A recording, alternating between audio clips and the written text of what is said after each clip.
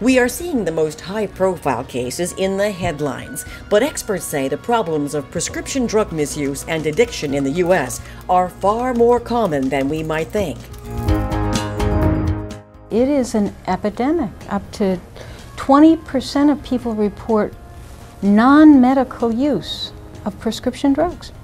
There's this illusion that pills are safe. Today, prescription drugs like Ritalin and Adderall, prescribed for such conditions as attention deficit disorder, have become the drugs of choice for college students studying for final exams. I think a lot of people use it more than you'd think because it's not illegal and they think, it's not a big deal, but they're using it for something that it's not intended for. So I feel like it, probably has harmful consequences. People get it and then they give it to their friends who need to study for a test or write a paper or something. I'll see them where they're taking their Adderall in a binge. They're taking it for 3 days, staying up all night. They look identical to the methamphetamine user that I may see.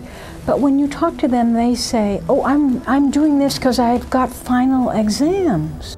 On the other end of the spectrum are increasing numbers of patients whose prescriptions for pain, for example, have taken on a life of their own. So the pain medicines, the Vicodin, Percocet, Dilaudid, Demerol, is one class that we see.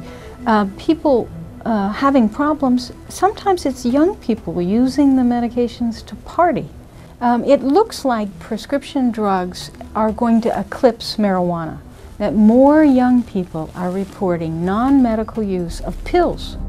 In their mind they think of a heroin addict on the street with a needle as an addict, and they don't appreciate that they themselves can end up with as severe a problem just by taking those pills.